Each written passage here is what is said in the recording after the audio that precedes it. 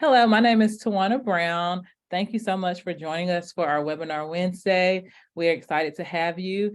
So today we're going to continue on the same theme about career action planning and how you can support your student as they start to prepare as a third-year student. And so today we have Susan from our Career Center who is going to talk a little bit about that. Susan, I'll turn it over to you. Great, thank you.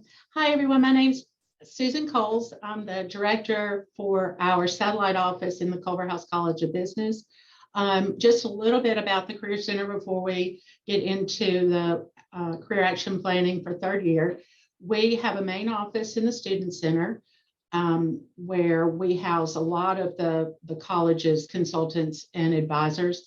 But we also have 3 satellite offices, one in the Culverhouse College of Business, where I am, one in the College of Communication and Information Sciences, and then we have one in the College of Engineering. So for students, it's a great, it's really works out well for them because if they do change majors, we're all connected. So it's easy for us to refer them to another college and, really be able, if they're thinking about a different major in a different college. So it's really a smooth transition for the students, which, is what we try to do. So anyway, just a little bit about the Career Center, but let's get started on the third year. And as we've mentioned in the other 2, if you've seen the first and second year, usually what applies to the previous year, you kind of want to read up and look at those because a lot of those will apply to the following years. So some of the things for sophomores that we talked about were choosing a major. Sometimes juniors are still, thinking about their major. Maybe it's a minor, a double major. So that is, something that we can help with if they still are, in that decision phase. And then we always ask for them to update their profile and resume on Handshake. That's something that usually and hopefully students have added some experiences, whether it be volunteer, maybe a part-time job, service, just really anything that would show employers what their skills and qualifications are. And so those need to go both on the profile of the student's Handshake as well as their resume.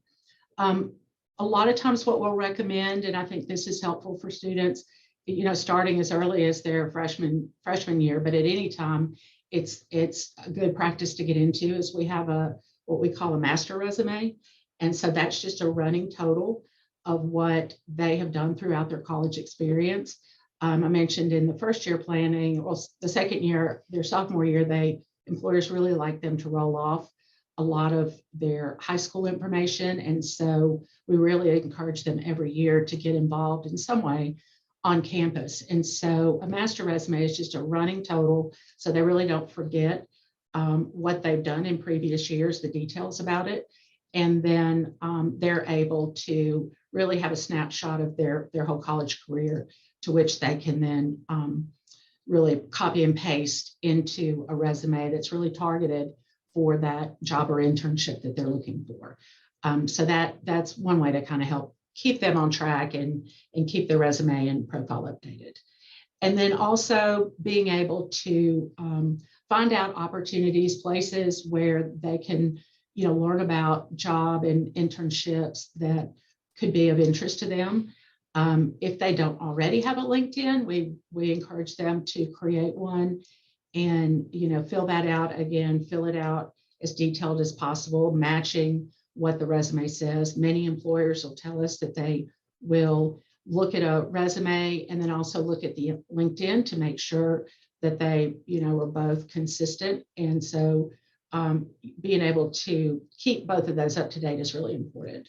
They need a professional headshot, maybe not just for LinkedIn, for other things that they're doing. And so the Career Center within this past year has purchased in partnership with SGA a photo booth called Iris, and students get an app. They can take their profile picture. It is sent to them on their phone. They can make any kind of adjustments as far as background, blemishes, whitening teeth, just anything that you would normally get if you went and got a headshot. You paid for one.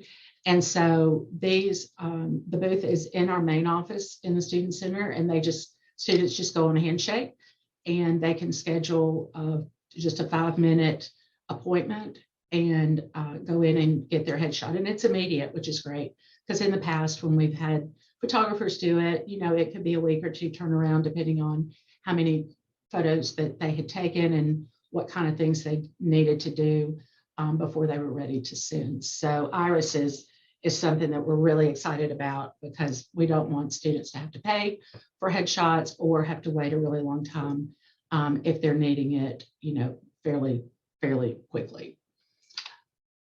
Another thing that we encourage, again, is continuing to be involved on campus, develop these relationships, either through student orgs, internships, part-time employment, and volunteer. I always say that, when you look at a resume, the education section is just a small portion of what is on the rest of the page. And so that's really what differentiates students from another student if academics are equal.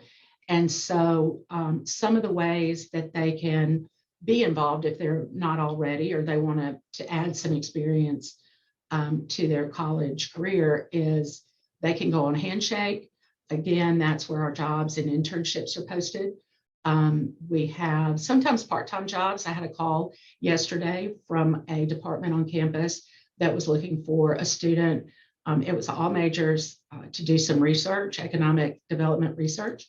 And so she called our office to get that posted. It's not technically an internship, it's a part-time job.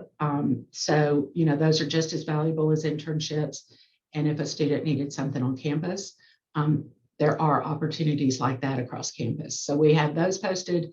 The Source is another great resource for students. That's where all of the organizations are housed, where students can go and search for organizations that could be college related, it could be interest related, honors, whatever type of organization they're possibly interested in. They can go and search, find out information, find out who the advisor is, maybe who the leadership is, the student leadership team for that organization, and learn more about it and how to get involved.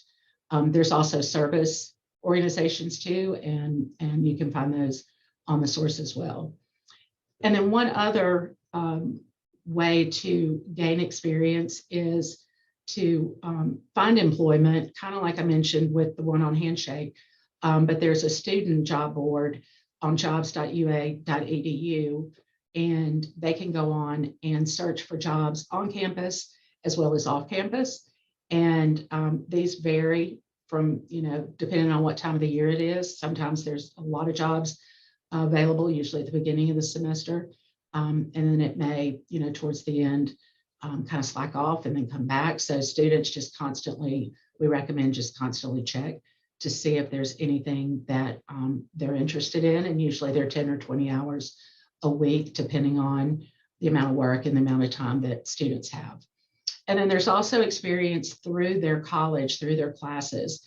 The third year, they're really getting into their major. They're going to start probably having projects, teamwork types of things. And so anytime that they can gain that kind of real world experience within the classroom, those are great resume builders, but also great to be able to demonstrate to to employers the things that they've learned and actually put into practice that could be very valuable for them when they're in their job or internship.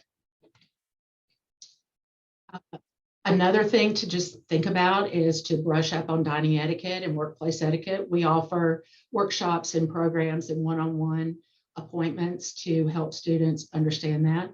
I know organizations will host dining etiquette dinners and lunches and have someone come in and really talk about the etiquette of that. And that's a really good opportunity. So many of the recruiting opportunities that are on campus are now, years ago, they would just be information sessions. And so now employers are really trying to figure out different types of opportunities to connect. And one of them is, lunches, dinners.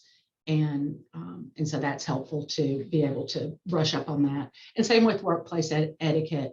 They can meet with any of us, talk about if they've never, really had a job like they're going to have with their internship or full-time position. We can talk to them about meeting etiquette, how to plan. They may have to conduct a meeting in an internship, and so those are some things that we have workshops on, but they can also meet with us one-on-one. And then they really should start to research the types of careers that they're interested in.